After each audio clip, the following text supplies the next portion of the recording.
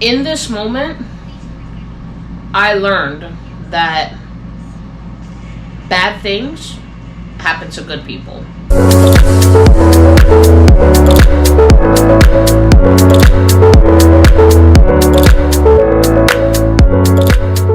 Hey guys, welcome to my channel. If you're new here, welcome. My name is Emily. If you've been here before, welcome back. So from what you guys could see, based on the title of today's video, it's gonna be a life update video and sharing the story of my miscarriage that occurred 4 months ago. Just quick disclaimer, not sure if this video is gonna be 1 to 2 parts. You can see that in the event that it is 2 parts, I'll go ahead and link the second part in the description below. Another disclaimer is this video can get graphic. So just for any weak stomachs or minds out there, just this may not be the video for you, as I want to go into as much detail as I can in the hopes that I can help somebody out that's going through or has gone through what I went through and is just trying to get their head around what happened. For this particular topic, I can't just sit and talk to the camera, so I figured I'd give myself something to do, so I'm going ahead and organizing my sock drawer. Okay, so seeing what I could donate or not. So without further ado, let's dive right into it. Okay, so my fiance and I decided last year summertime, shortly after we got engaged, that we were ready to go ahead and try to conceive and have a baby. And I had an IUD. I had an IUD for about 1.5 years. Went to my doctor, got my IUD removed, had my cycle, and shortly after that, I started tracking my ovulation, and we got pregnant on our first try. Now, I didn't know right away that I was pregnant. I had a feeling, but I didn't want to give myself false hope, and also I had been sick earlier before the stick turned positive, essentially, and I had went to the doctor where they tested me for pregnancy, and they told me it was negative. So I really thought that I definitely wasn't pregnant. But my period was a day late, 2 days late, 5 days late, 8 days late. So I went ahead, peed on a stick, came out pregnant. I tried to, this is my first, I've lived in the Bronx almost 3 years now. And I wanted to find a doctor as close to home as possible. And I tried to find a doctor locally, but it ended up being this whole thing with the pandemic, and it just seemed like it wasn't going to be the most reliable solution for me. So I just went ahead and found a doctor locally to my PCP. And one of the caveats was that you had to wait until you were 6 weeks to get seen by a doctor. There was no doctor's visit to confirm pregnancy. It was like, okay, if your pregnancy test is positive, we believe you, wait the 6 weeks. So that, of course, gave me the ultimate anxiety for somebody that has never experienced full-on pregnancy before, has never experienced morning sickness before, and just wanted to make sure I was looking out for all the right things. And the first few weeks of my pregnancy were definitely rough. I had horrible insomnia. I had morning sickness to the point that I wasn't throwing up, but anything, when I tell you anything and everything made me nauseous. The smell of my cat's litter, the smell of my fiance's deodorant, you name it, everything made me nauseous. And what made it worse was that, worse but not worse, I was working from home at the time, still am, and because I wasn't getting that daily fresh air of commuting to work, and I felt so horrible, I didn't feel encouraged. I didn't have like the oomph in me to go outside, which I feel made it so much worse. I barely got any fresh air. Fast forward to my 6-week appointment. It's time for the appointment. I am super nervous. Of course, if you know anything about pregnancy in your first visit, they take like a quart of blood. They took blood. The doctor asked me questions. They said, David, because of COVID-19, they said he can go into the room when it was time to look at the baby, but everything else initially had to be just me. Doctor asked me questions about like previous health history. I am asthmatic. I do have carpal tunnel. She gave me my due date, which would have been June 7th. And, she was like, okay, call your fiance because it's time to look at the baby. So I'm like, okay, a moment of truth, right? Because I'm so anxious, I'm so nervous, and I just want to make sure this baby's okay. And we got to see, a little bit on the monitor. She had to go in transvaginally because I do have a gut, and I was way too early to see anything through like the regular ultrasound. She went in transvaginally, saw the baby. She was explaining to me, hey, baby's perfect size, everything matches up to the due date I gave you, June 7th. Here's some pictures, bada bing, bada boom. And I'm like, okay, well, do you have a heartbeat? And, it's not the doctor's fault. Sometimes they get into repetition and they forget, right? And she's like, oh my God, yes, of course, I have a heartbeat. And like once I heard the heartbeat, I just felt this calm over me. I'm like, the baby's okay, everything's great, we got pictures. David and I walked out of that place like walking on air. We were so happy. And then shortly after, we went to go see his mother because his mother doesn't live that far from the hospital. And we were so happy because, we found out that everything was fine. And it was also like, okay, how are we going to plan to tell them? Because we agreed to just wait until past the 12-week mark to tell our families. So we were trying to figure out how we were going to tell them. So, a couple days pass, and I started to feel differences in my pregnancy. My breasts were huge, and they were so sore.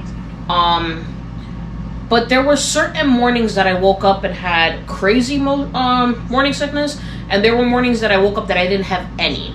And that started to scare me. So I went ahead and messaged my doctor, and she was like, that's totally normal.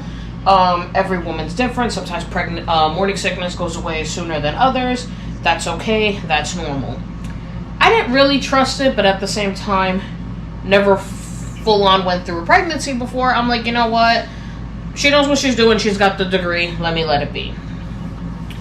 Then there was another night. I want to say I was maybe 9 weeks, if I'm remembering correctly, where I was laying in bed and I felt these shooting cramps, like bending over in pain cramps. And the thing is, they didn't feel like menstrual cramps, but they didn't feel like, gas cramps neither. It just felt like really horrible, sharp pain. And, I text David because David works nights. I said, hey, I'm scared. I think there's something wrong with the baby. I have these cramps. And he's like, you sure it's not something you ate? And I'm like, no, I feel like there's something wrong. But, he calmed me down. The pain passed, and then I fell asleep. So I was like, okay, it must have been gas, who knows? So I went through majority of my pregnancy riddled with anxiety. Like, I'm an anxious person. I have a lot of different mental health conditions. But I was just so scared. I don't know what it was, but I was just crippled with anxiety all the time that I was pregnant with this baby. And, when it was time you go for your first visit. Like, they gave me a paper with all the stuff, and I really don't remember because it was now, November, so this has been a little while now. They give you a paper with all of your visits. At my 11th week, I went for an appointment, but I had to go for 2 things. One was for the test, the anatomy scan, the test in the neck, and the other was just like a regular ultrasound, and then they were going to take blood again. The doctor had no concerns other than the fact that I'm overweight, but even then, she didn't feel really worried. At least she didn't tell me she was really worried. So, for whatever reason, when I woke up from my 11-week appointment, I was in a great mood. I was positive. I was confident. I was happy. I was talking to the baby all morning. I said, okay, you know, it made no sense for David to come with me to the appointment because he just had, like, it got to a point that after the first visit, COVID got bad again in New York, so nobody was allowed upstairs, even if you had the first visit. So it was freezing outside. It was November. It was winter. I said, there's really no point in you coming with me just to stand outside. Why don't you stay home? And we went back and forth about it for like an hour. And then, we agreed that it was best for him just to stay home. So I'm talking to the baby all morning. I'm feeling confident. I'm feeling good. I'm happy. I get in my Uber. I get to the hospital. I started to fill out paperwork. I think they wanted paperwork for the anatomy scan. Like, was I aware if I had any genetic, did I have any genetic testing done in the past? Did my fiance have any genetic testing in the past? And midway filling out the paperwork, they call my name. So they call my name, and she's like, okay, you're going to strip waist down. You're going to get on the table. I'll be right back. And in this moment, I learned that bad things happen to good people. And I'm going to tell you why. Because I'm sitting there. She's going over. Now they did say, going for this scan, I have to go in with a full bladder. So I'm there, she's waving this thing on my stomach. I'm praying I don't pee. And I'm like, can you see the baby? She doesn't say anything. I'm like, okay, there's something wrong. Now my initial reaction is to text David, but my phone was in my pants on the chair. So, of course, I couldn't text him right away. I don't know what I was thinking. And then I was like, hey, is everything okay? And she didn't say much, so I was like, oh, okay. I said, all right, just so you know, I do have a full bladder. And she was like, oh, you do? I was like, yeah, I do. And in my mind, I'm like, I know you see that. Like, you have to see that, right? So she was like, can you go empty your bladder and come back? So I made sure I grabbed my phone when I went to go use the bathroom. And I texted David while I was in the bathroom. And I was like, there's something wrong with the baby. There's something wrong with the baby. He was like, come on, babe. Like, try to be positive. I'm like, no, I'm looking at this nurse. And there's something wrong. And I know they can't tell you. I know they can't. And I know it must be really hard for them to tell you. To hide it from you. But I come back. I think she went in transvaginally. And she said, okay, you're going to sit up. I'm going to go get the doctor and we'll be right back. So I see this doctor who looked like the sweetest person on earth, but the sweetest person on earth became my worst nightmare because she wasn't my doctor, so I didn't know her. And I'm like,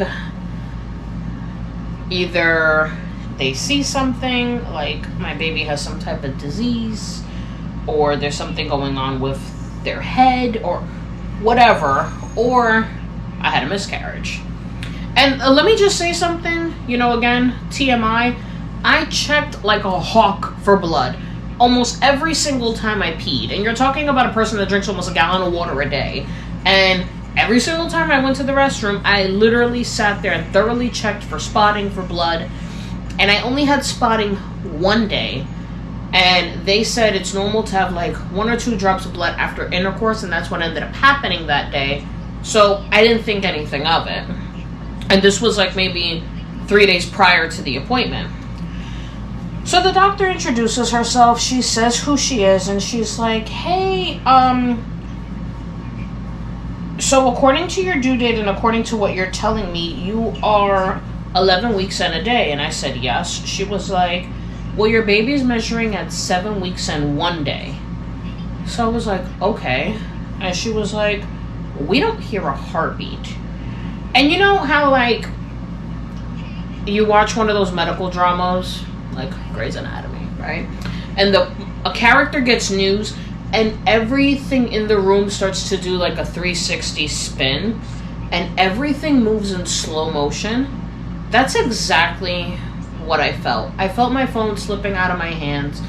Everything else she said kind of went to like a Charlie Brown teacher want sound, and My heart just sank to as low as it could possibly sink. And she was like, Emily, can you hear me? And I was like, how? And, general doctor stuff. She said, hey, we can't explain now how. Sometimes these things just happen. But I'm going to take you to see your doctor. And then I started to shake. So my hands started to clam up. I mean, they always sweat, but they started to severely, shake. So she was like, can I get you anything? And I was like, I need you to call my fiance. So she was like, you can definitely call him. I will speak to him. I said, no. She was like, is he downstairs? I said, no, he's not here, and I need him here. He is my emergency contact. I need him here. She was like, okay, this is what I'm going to do. I want you to call him. Your doctor doesn't have a room available, and I don't want you to sit in the waiting room. So sit here and call him, and I'll come back. So I get on the phone with David, and I'm like, okay, how am I supposed to tell him this? Because I can't even take a deep breath to even speak. So I just dialed the phone. And this is how I know I wasn't in my right frame of mind, because, I talk to him every day. His contact is in my recent call history. I went in my phone and dialed the number to call him, and I just start crying. And he picks up the phone, and I'm like, you need to come. He's like, what's going on? And I'm like, you just need to come. So he just hangs up the phone, and he starts to head over to me. Now, the doctor ended up not being able to find me a room. So I had to sit in the waiting room. But I think they made it their business to, give me my own separate area and had me on standby that the minute there was a room, they would put me in. But I started to freak out a little bit because I was by myself, David wasn't there, and I have anxiety attacks. So I texted my therapist, and I was like, I'm by myself, and I really don't know who to speak to. And she's like, what's wrong? And I told her I had a miscarriage. I'm finding out now that my baby passed away. I don't know what's going on. So she gave me a coping mechanism of taking this finger and drawing circles in this hand. And she was like, I need you to keep doing that until David gets there. So that's what I started to do. A nurse came, told me a room was ready. They bring me into the room. They took my vitals. Then they told me I needed to sit there and I needed to, relax, and I needed to not move because my blood pressure was so high that they were thinking about calling an ambulance because it was really high, obviously. So my doctor becomes available, and, she's one of those doctors where she examines you, but then she has her own office that you sit and talk. And she was like, I'm so sorry. And I just couldn't speak. And she was like, this is not your fault. This happens to a lot of women. This happens to also a lot of women that carry their first pregnancy. These are your options. Now, I know that in the medical field, you have to limit your emotion. But I was just trying to wrap my head around the fact that I had options and David wasn't even there yet. So she gave me 3 options.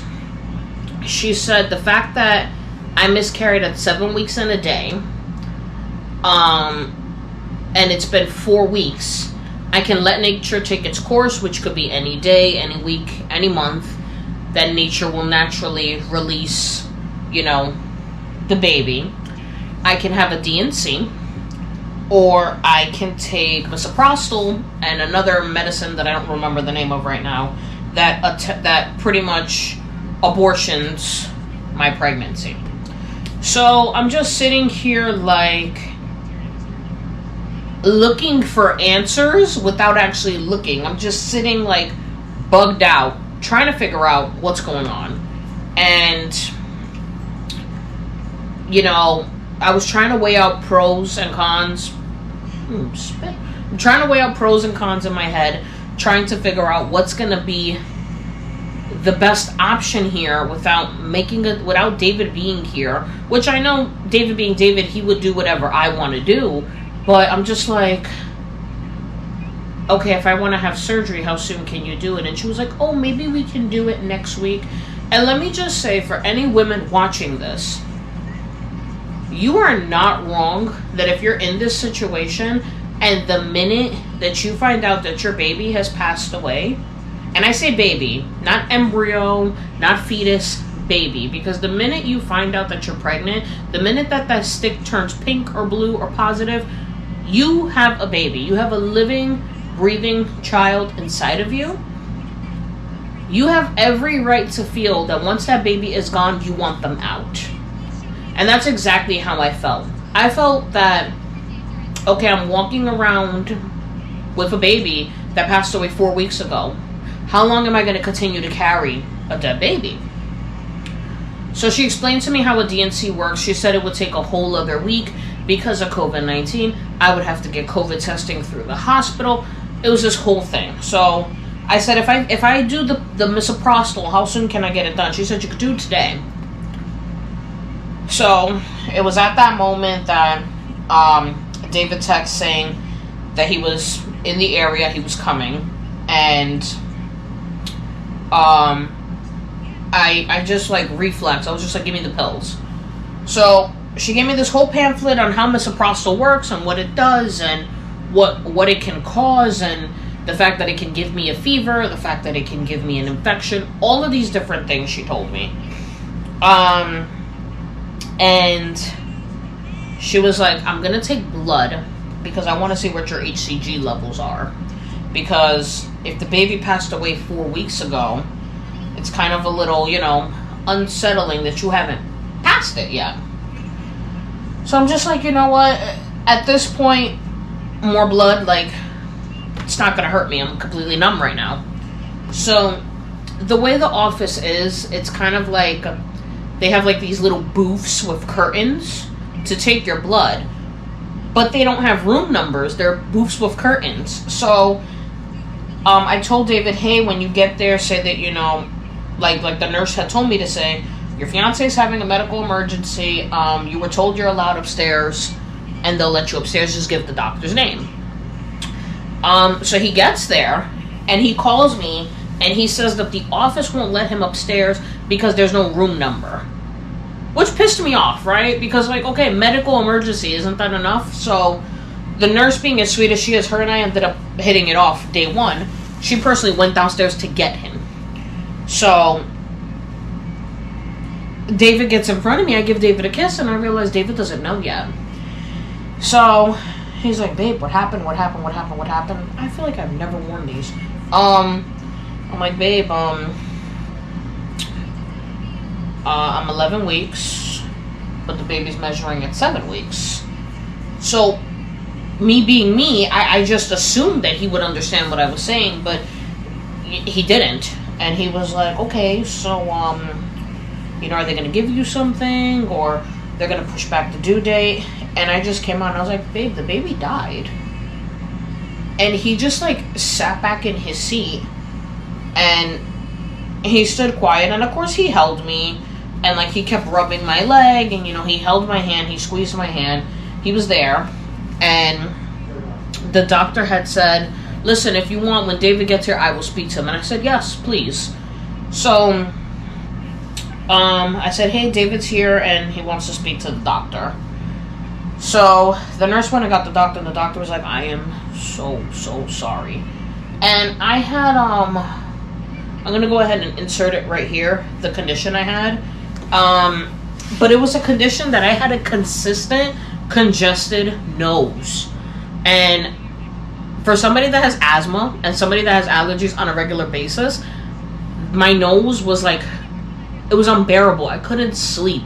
And I was always congested. So the doctor said that I can have allergy medicine. I don't remember if it was Zyrtec or I think I was taking Benadryl Advance, and she said I could take it, but I had to consistently take it. And then we had to invest in a humidifier. Like, it was so bad. So David was like, was it the Benadryl? Was it, we had sex the other day? Was that the reason why? And she was like, no, this happened 4 weeks ago. Normally it happens because, right, the speech they always give, right? Chromosomal abnormality, A, B, and C.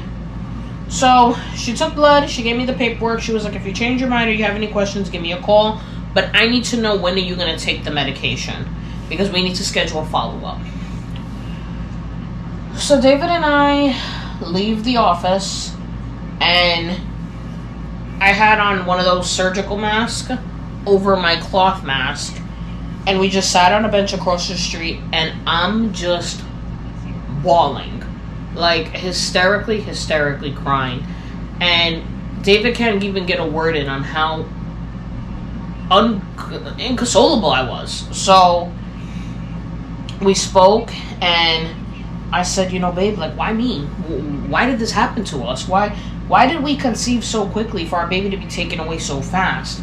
And I don't know if it was the shock of the news or how inconsolable I was, but it got to a point that David put his head down and started hysterically crying, which made me cry more, because there's a lot of things in the world that'll make me sad and that will break me, but I'm also a very strong person. But one thing I can't take is when David cries. It just makes me so sad. And we held each other in the park and we cried for maybe like 20 minutes. And then we took a deep breath and we were like, okay, what are we gonna do? So I explained to him the options, and he said, maybe we should do the misoprostol. I said, well, that's what I decided, because with COVID-19, I don't want to be in a hospital having surgery. The virus is everywhere. So I'd rather be home. But another thing that I told him right out the gate was, luckily I was off that day, but I was like, I can't work. Like, I can't deal with anybody else's problems right now. Like, I just can't. So I said, when I get home, I need to call my boss, because I just can't. So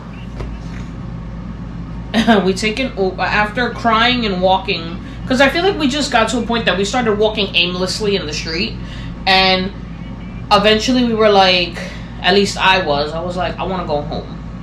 I want to see Nala. I need to cry. So we take an Uber, and then it just so happens, this is another curse, by the way. If you don't already know, you will have a miscarriage and you will still feel pregnancy symptoms. Because 4 weeks after I miscarried, I was still nauseous. I still felt like trash. I still barely slept. I still had hell up my nose. No matter what, you still have pregnancy symptoms. I had a hankering for hot chocolate. It just wouldn't go away. A hot chocolate and a Subway sandwich. That's what I wanted.